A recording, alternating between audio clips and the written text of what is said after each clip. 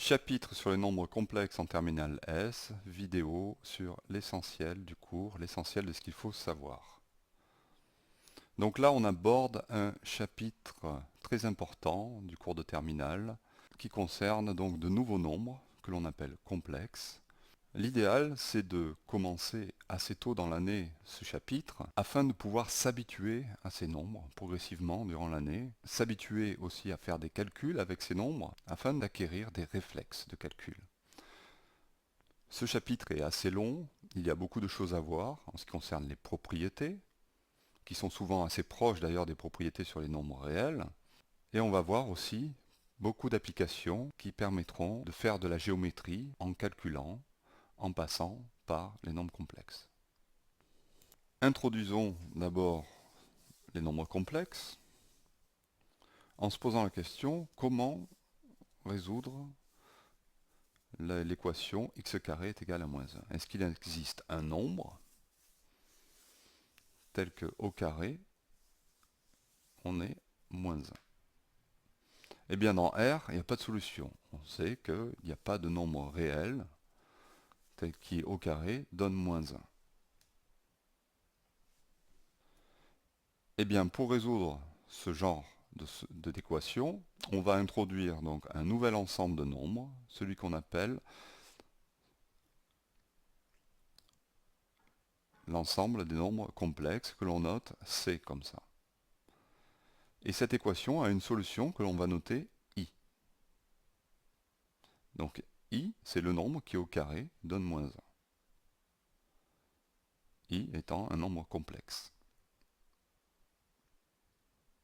Un théorème admis, il existe un ensemble noté C, appelé ensemble des nombres complexes, qui a les propriétés suivantes. L'ensemble C contient l'ensemble des réels. Les règles d'addition et de multiplication pour les nombres complexes sont semblables à celles des nombres réels. Et il existe un nombre complexe noté I, tel que I au carré est égal à moins 1. Tout nombre complexe Z s'écrit de manière unique, x plus iy avec x et y, deux nombres réels. Cette formulation du nombre complexe, comme étant un nombre réel plus i multiplié par un nombre réel, est appelée la forme algébrique du nombre complexe Z.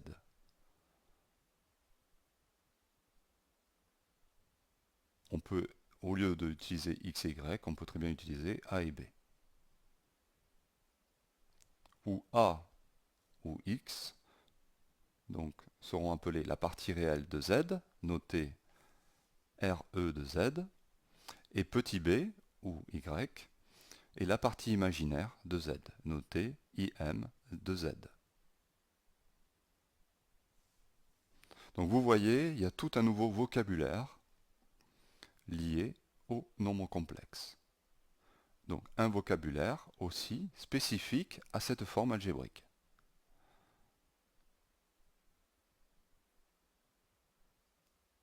Exemple, le nombre complexe écrit sous la forme algébrique racine de 2 moins 3i. La partie réelle, c'est racine de 2, et la partie imaginaire, c'est comme si c'était plus i multiplié par moins 3, donc c'est moins 3.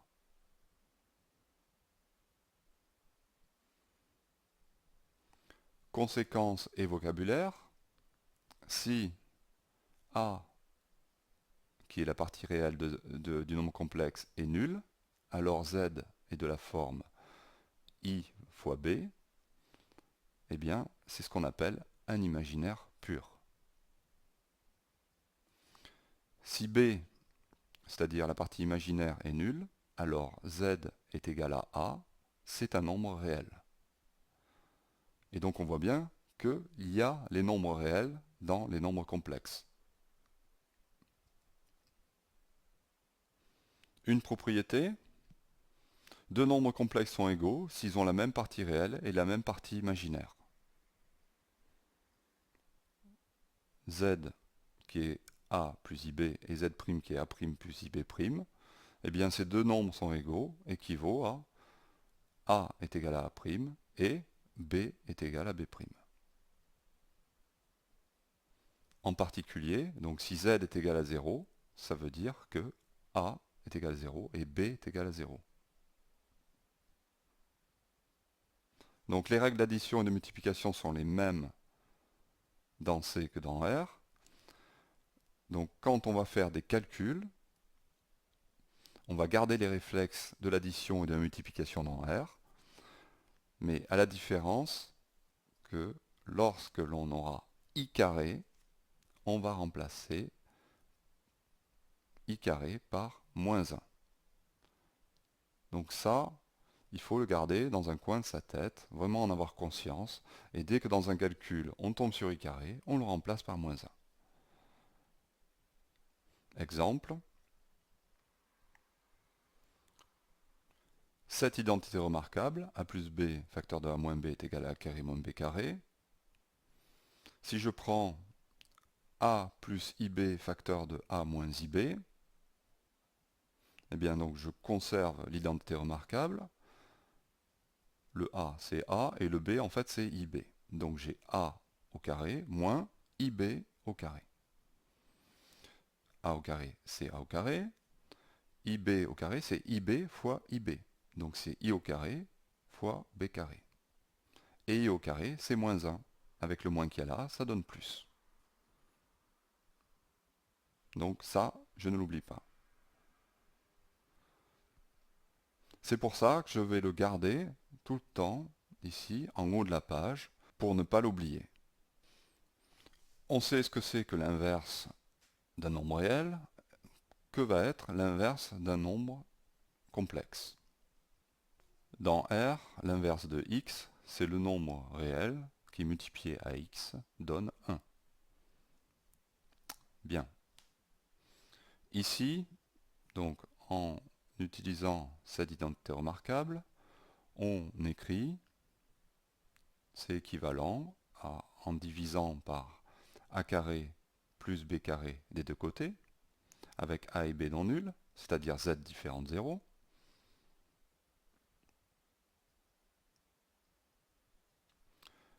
On a ceci, égale 1. Or, a plus ib, c'est z. Donc, qu'est-ce qu'on a écrit? Que, eh bien, on a trouvé un nombre qui, multiplié à z, donnait 1.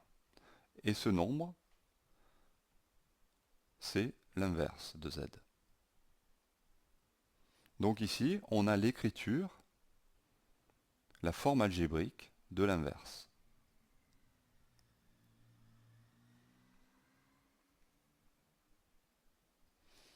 Donc pour z différent de 0, on donne la forme algébrique de l'inverse, qui s'écrit 1 sur z, et c'est a moins ib sur a carré plus b carré.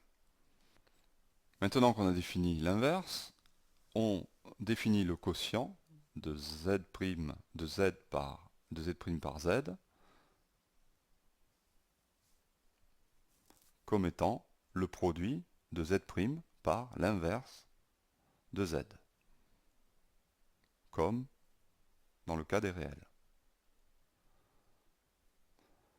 Voyons ce qu'on appelle maintenant le conjugué d'un nombre complexe. Donc encore du vocabulaire, de la définition. Donc le conjugué de z sous sa forme algébrique a plus ib se note z bar et vaut a moins ib. Donc, qu'est-ce qu'on a? C'est la partie imaginaire qui change de signe. Voyons cela sur des exemples. Donc z, la partie imaginaire qui change de signe, donc au lieu d'être moins 3, c'est plus 3. Ici, moins 5 n'a pas de partie imaginaire, donc c'est toujours moins 5.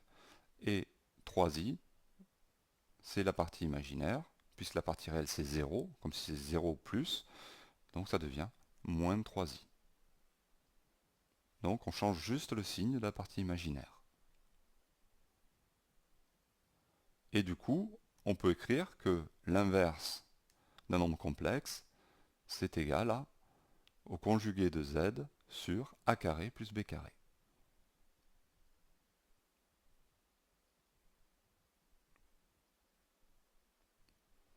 quelques propriétés du conjugué.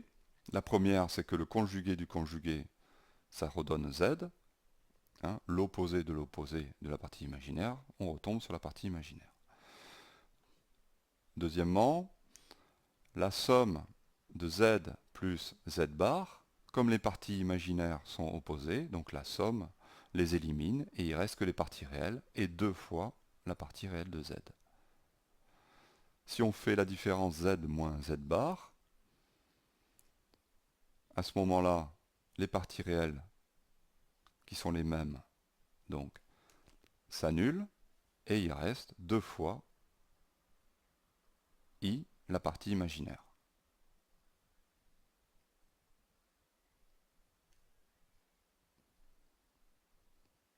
Conséquence, si z est réel, alors ça veut dire que c'est équivalent à dire que la partie imaginaire de z est nulle. En utilisant cette propriété, ça veut dire que z moins z bar est égal à 0, ce qui est équivalent à z est égal à z bar. Z est égal à son conjugué.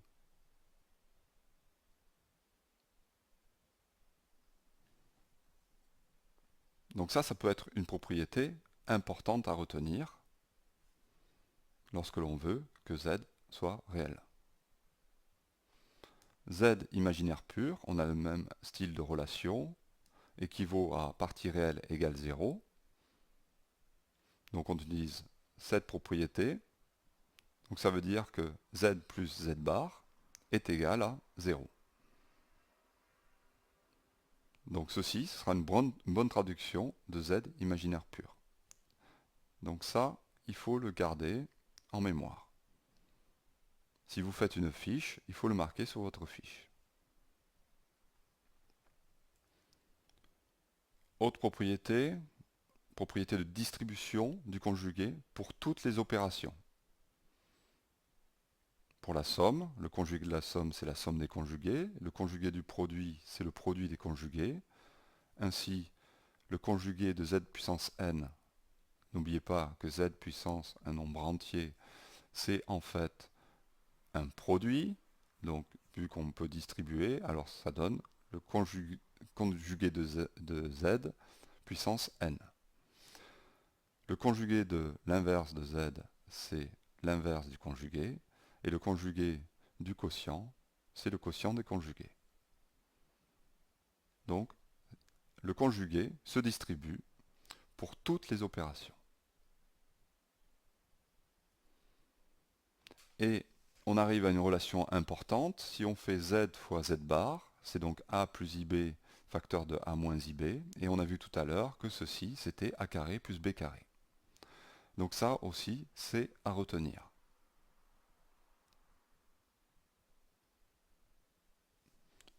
À mettre sur votre fiche de cours. Ainsi, l'inverse de z s'écrit z bar sur zz bar. Bien, ça paraît évident quand on le voit comme ça, puisque pour repasser de là à là, on peut simplifier par z bar, et on obtient 1 sur z. De là à là, on a multiplié en haut et en bas par z bar. C'est bien ce qu'on avait, z bar sur a carré plus b carré. Zz bar, c'est a carré plus b carré. Maintenant, voyons les équations de second degré à coefficient réel. Du style a z carré plus bz plus c égale 0, avec z complexe. On a vu donc en première le cas réel, où on faisait le delta, le discriminant, et on avait un cas, c'est-à-dire quand delta est négatif, où on n'avait pas de solution. Eh bien en fait, on va voir maintenant que l'on peut trouver des solutions, mais ces solutions seront des nombres complexes.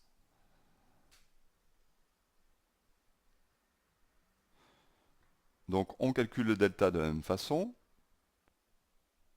Donc quelle que soit la valeur de delta, positif ou négatif, on a deux solutions de l'équation, deux racines.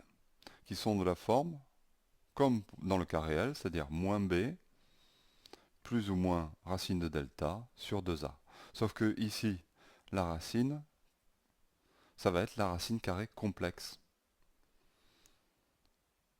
qui va être la racine carrée pour les réels si delta est positif ou nul, et sinon, si delta est négatif, ça sera la racine carrée complexe, c'est-à-dire le nombre complexe qui, au carré, donnera delta.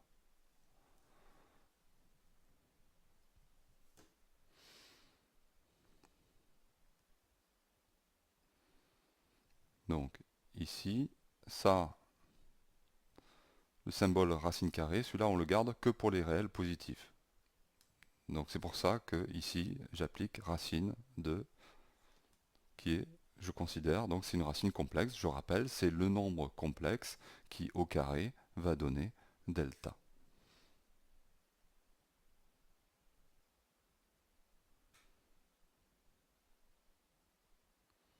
Par exemple, racine de moins 1, c'est i, parce que i au carré donne moins 1. Racine de 5, c'est le racine carrée que l'on connaît de 5, puisque 5 est réel. Racine carrée de moins 5, ça va être i racine de 5, parce que au carré, ça fait i au carré multiplié par racine de 5 au carré, ce qui nous donne 5 fois moins 1, c'est-à-dire moins 5.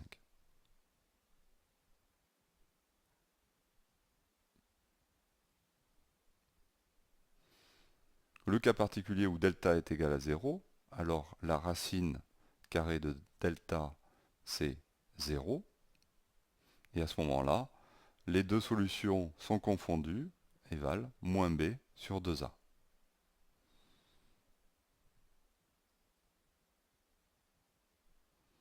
Dans les autres cas, si delta est positif, alors la racine complexe, c'est en fait la racine carrée réelle.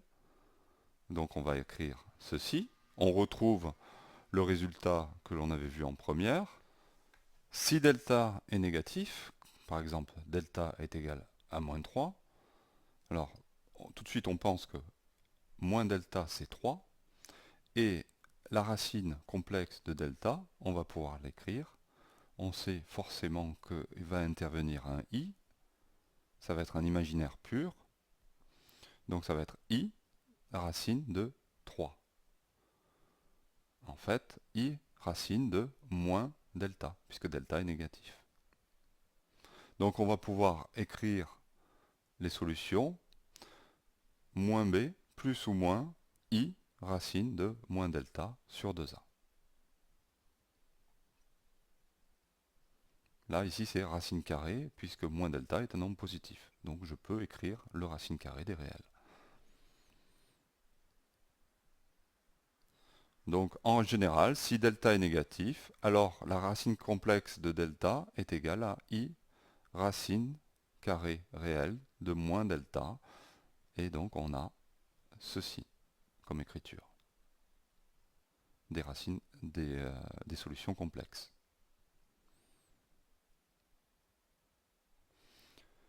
Il est important de remarquer que les solutions complexes, Z1 et Z2, eh bien, il y a une chose remarquable, c'est que l'une est le conjugué de l'autre. Donc, si Z1 est le conjugué de Z2, ben Z2 est le conjugué de Z1 aussi.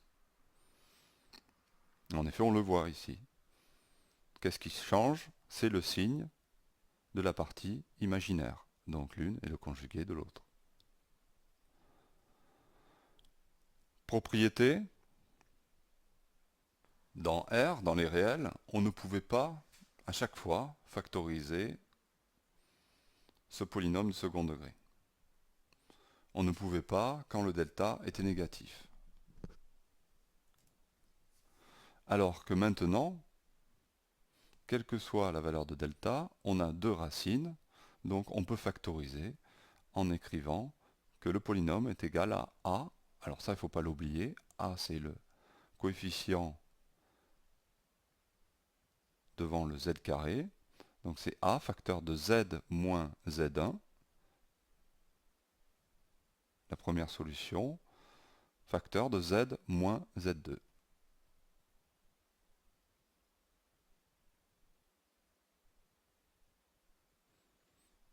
Donc la factorisation est la même que dans le cas réel, alors à la différence près que là, c'est toujours possible.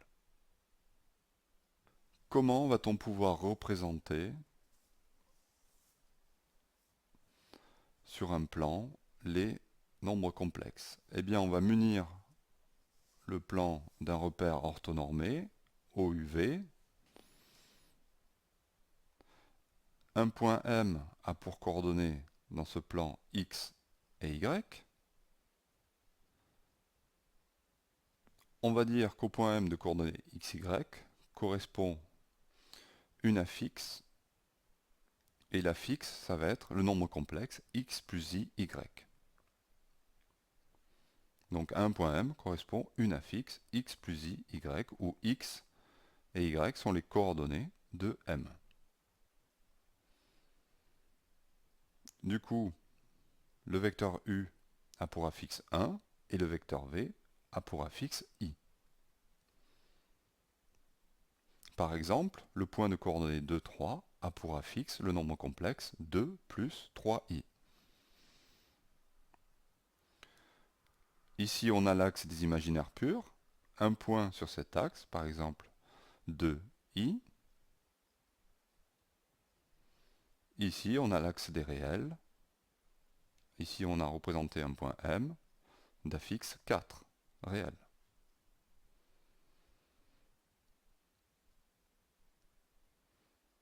Donc, on retient que l'affixe du point M, c'est un nombre complexe, et sa forme algébrique, donc c'est x plus y, où x et y sont les coordonnées du point M dans le repère OUV.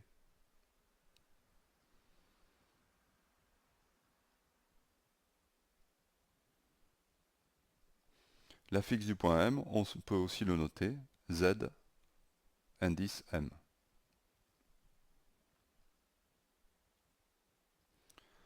Si on prend un point M ici de coordonnées x, y, le symétrique par rapport à l'axe des réels, c'est un point M' d'affixe le conjugué Z bar. En effet, ici on a la partie imaginaire du nombre complexe. Si on prend le symétrique, la partie imaginaire est l'opposé.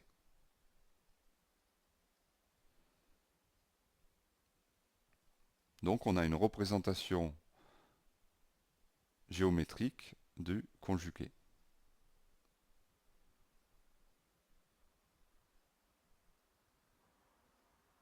C'est le symétrique par rapport à l'axe des réels.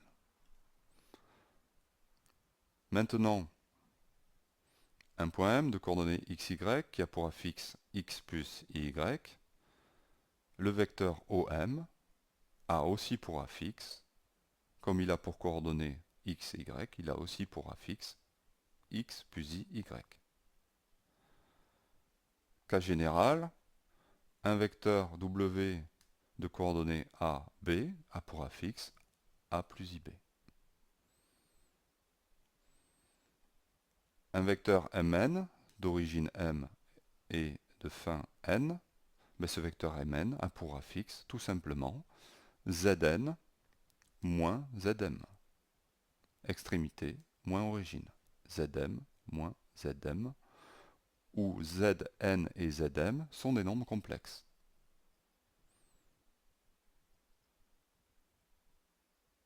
On faisait pareil pour calculer les coordonnées.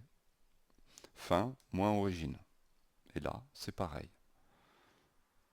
Mais du coup, on n'a qu'une différence. Alors que pour les coordonnées, on avait deux nombres, deux coordonnées.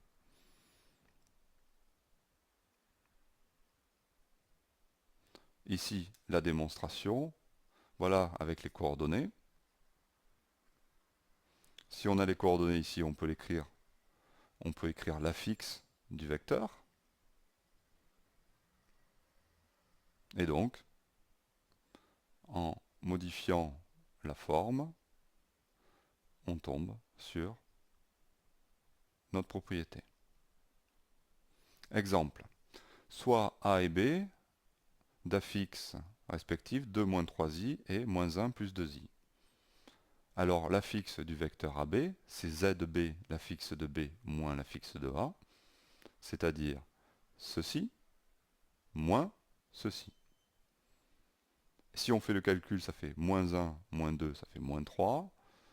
Et 2i moins 3i, ça fait 2i plus 3i, ça fait plus 5i. Donc moins 3 plus 5i, c'est l'affixe du vecteur AB. Propriété de calcul sur les affixes. Si on a deux vecteurs W et W', d'affixes Z et Z', W, le vecteur W est égal au vecteur W', équivaut à leurs affixes sont égales. C'est évident si on traduit en coordonnées. Alors, les coordonnées seraient égales. Donc, du coup, si les coordonnées sont égales, forcément les affixes sont égales. Et inversement. La somme, eh bien, c'est la somme des affixes. Si on multiplie le vecteur par un réel, alors son affixe, c'est l'affixe de W multiplié par ce réel. L'affixe du milieu d'un segment.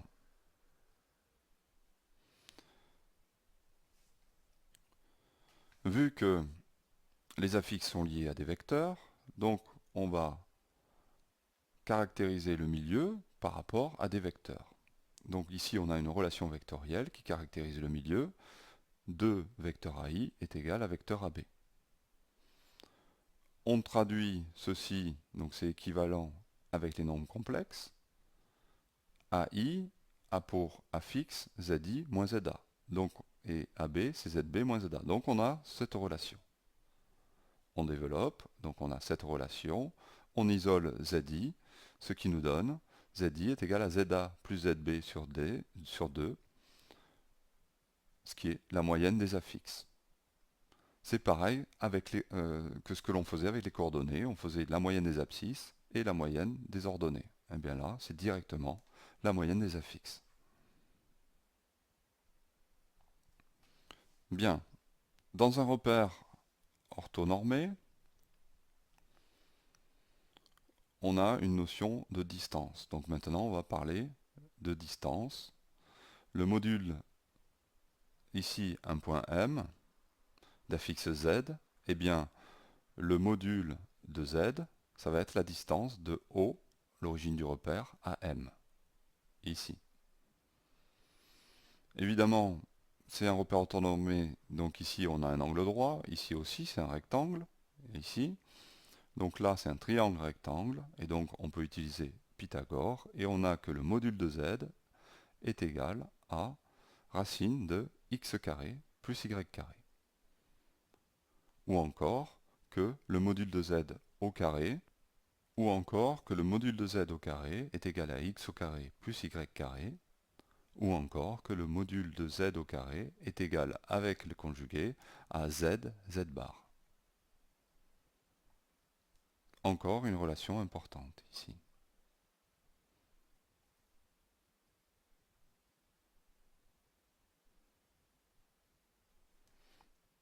On a parlé de distance, donc ici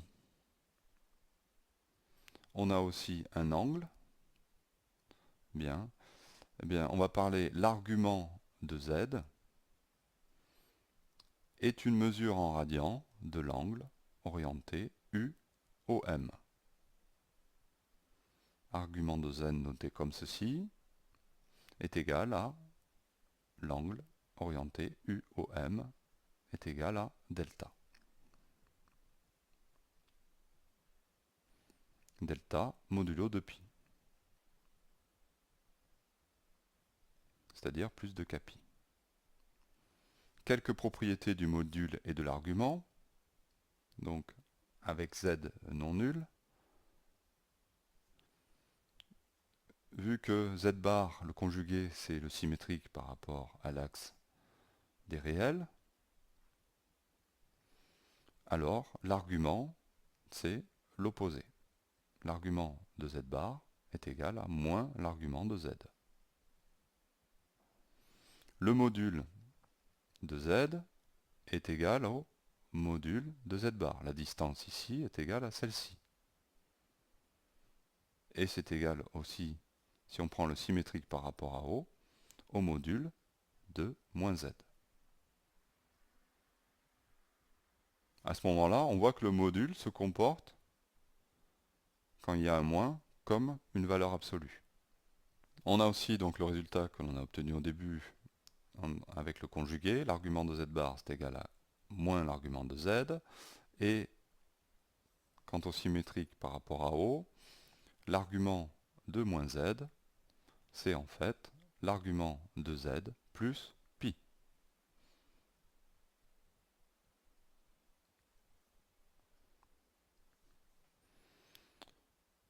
Voyons, alors, z réel signifie que le nombre complexe est situé sur l'axe des réels, ici. Et en effet, si le point est là, alors l'argument, c'est-à-dire l'angle, est de 0. S'il est ici, alors l'angle est de pi. Donc voilà le résultat. Rien de compliqué. Imaginaire pur, ça veut dire que le point est sur l'axe des imaginaires purs, ici, ou ici. S'il est ici, ça fait un angle de pi sur 2, modulo de pi, ou de moins pi sur 2, s'il est de ce côté. Donc ne pas oublier qu'à chaque fois, ça se traduit par deux angles possibles, deux arguments. Module, argument et opération. Donc si z et z' sont non nuls, alors on a distribution du module pour le produit. Le module du produit est égal au produit des modules. Ainsi, le module de z puissance n est égal à module de z puissance n, et le module du quotient est égal au quotient des modules. Donc on retient bien ceci, et que ceci, puisque le module de la somme, il n'y a pas distribution du module pour la somme. Pour la somme, on obtient l'inégalité triangulaire qui est celle-ci. C'est-à-dire le module de z plus z' est inférieur ou égal à module de z plus module de z'. En effet, donc si on revient au vecteur, ici il y a le vecteur w de module d'affixe z et w' d'affixe z', dont la somme est d'affixe z plus z'. On retrouve w' ici, et les modules de ces affixes, c'est en fait les distances ici, dans le triangle. Et qu'est-ce que ça veut dire? Donc, en fait, que ce chemin est plus court que ce chemin. Mais c'est évident, puisque là, on fait un détour.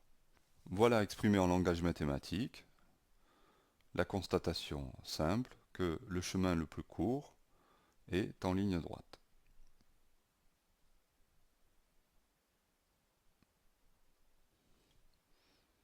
Qu'en est-il de l'argument et de ses propriétés? Eh bien, l'argument du produit, c'est la somme des arguments. Du coup, l'argument de z puissance n, c'est égal à n argument de z, et l'argument du quotient, c'est l'argument de la différence. C'est la différence des arguments, pardon.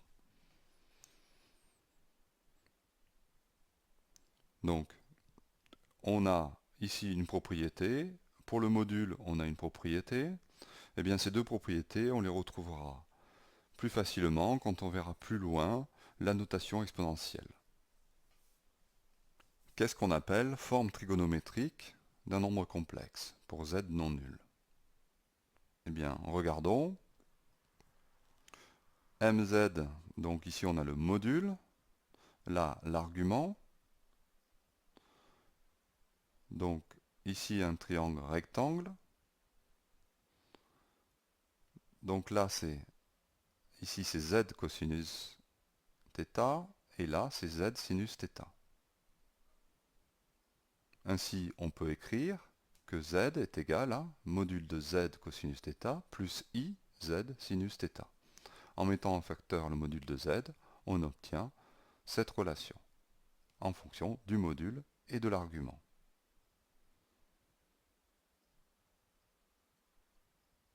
Et ceci, c'est la forme trigonométrique d'un nombre complexe.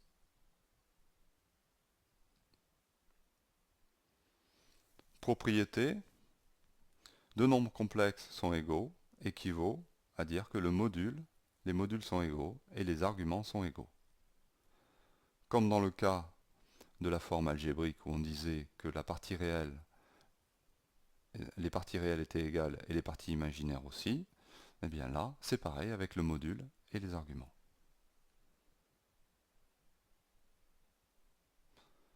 Module et argument de l'affixe d'un vecteur. Donc ici, un vecteur avec affixe z. Le module de z, c'est en fait la norme du vecteur, la distance, la longueur du vecteur ici.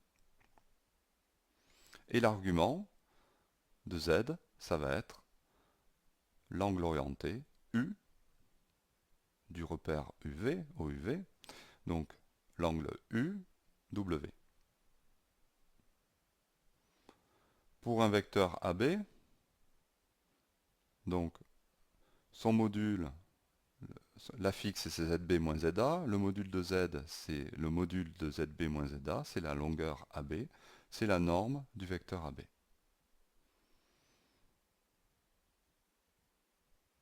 Donc ça, c'est à retenir, que la longueur entre deux points, c'est le module de ZB moins ZA.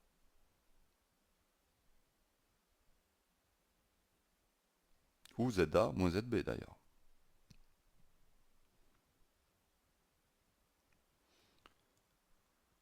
Et l'argument de Z, ici, c'est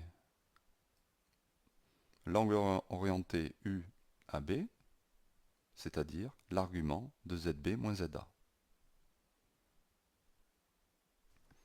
Voilà une relation, encore, qu'il faut retenir. Elle est importante. On peut noter autrement les affixes, au lieu de mettre ZB moins ZA. Pour A, on va noter l'affixe de A petit a, et pour le point B, on va noter l'affixe de grand B petit b. Voilà. Donc du coup, l'affixe du vecteur AB, c'est B moins A. Et on a la relation, le module de B moins A est égal à la longueur AB. Pareil, l'argument de B moins A, ça va être l'angle orienté U vecteur AB. Donc ces deux relations sont à retenir. Conséquence pratique, la longueur CD sur la longueur AB. Donc on pense, il faut penser au vecteur. Quand on voit longueur, on pense à norme de vecteur, donc à module de l'affixe du vecteur, CD, c'est-à-dire le module de D-C. Et là, c'est module de B-A. Ce qui donne le quotient des modules, c'est en fait le module du quotient, donc c'est module de D-C sur B-A. Pour cet angle, ABCD, l'angle orienté ABCD, eh bien, c'est l'argument de D-C sur B-A. En effet, l'angle ABCD, c'est en fait l'angle ABU plus UCD, ça s'échale, ce qui nous donne ceci, c'est l'argument de ça, c'est l'argument de D-C, moins, pourquoi je dis moins? Parce qu'en fait c'est moins UAB, donc moins l'argument de B-A. Et la différence des arguments, c'est en fait l'argument du quotient. Donc voilà, on a quelque chose d'intéressant ici, ça et ça.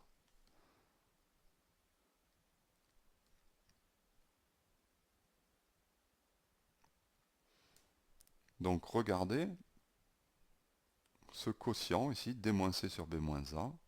On a le module de ce nombre complexe qui est CD sur AB, et l'argument de ce nombre complexe, c'est l'angle ABCD.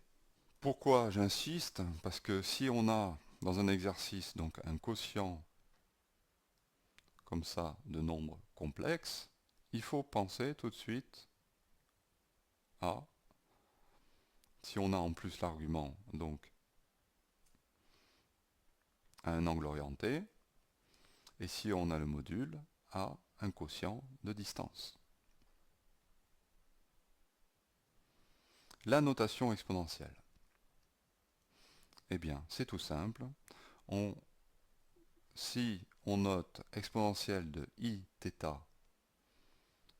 cosinus θ plus i sinus θ, alors, regardez, ici, on avait la forme trigonométrique. Donc si ça, c'est eiθ, alors la forme trigonométrique devient norme module de z, eiθ.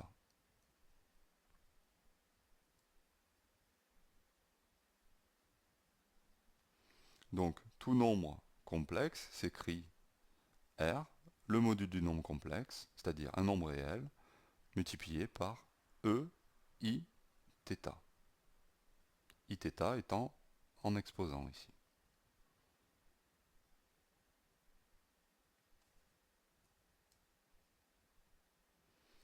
Alors, pourquoi on a choisi cette notation? Pourquoi une notation sous forme de puissance? Ben parce que, en fait, le eiθ va avoir les propriétés des puissances. Ainsi, voyons les propriétés. Donc, si R est différent de 0 et R' est différent de 0, c'est-à-dire Z différent de 0, alors deux nombres complexes sont égaux si le module est égal et si θ, l'argument, est le même. Ça, on le savait déjà, et on le retrouve dans le cas de l'écriture complexe. Propriété donc de calcul, je disais, identique à l'exponentielle, et donc aux puissances.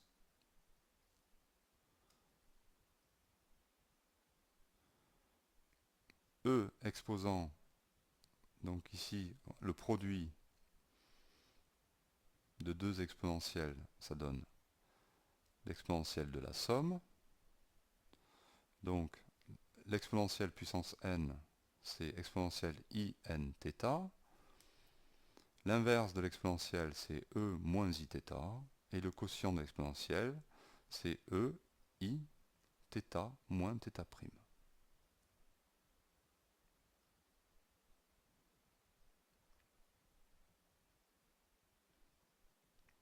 Et du coup, maintenant, on retrouve aisément les propriétés sur les modules et les arguments en effectuant z, z bar, z, z', le produit z, z', en utilisant la forme trigonométrique, on obtient r eiθ multiplié par r' eiθ'.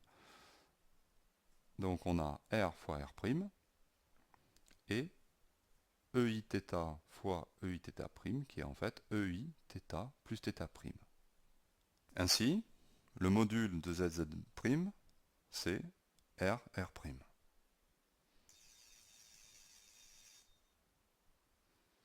Ce qui veut dire que le module du produit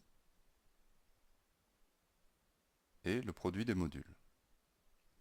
Et que l'argument du produit, c'est la somme des arguments. Donc, on retrouve les propriétés qu'on avait vues tout à l'heure, mais grâce à la forme exponentielle, on peut les retrouver sans trop forcer, juste par propriété de l'exponentielle. Et du coup, on retrouve tout le reste. Voilà le chapitre sur les nombres complexes, la première vidéo sur le cours terminée. Rendez-vous à la seconde vidéo sur les exercices, les méthodes et la rédaction où on verra beaucoup d'applications concernant les nombres complexes.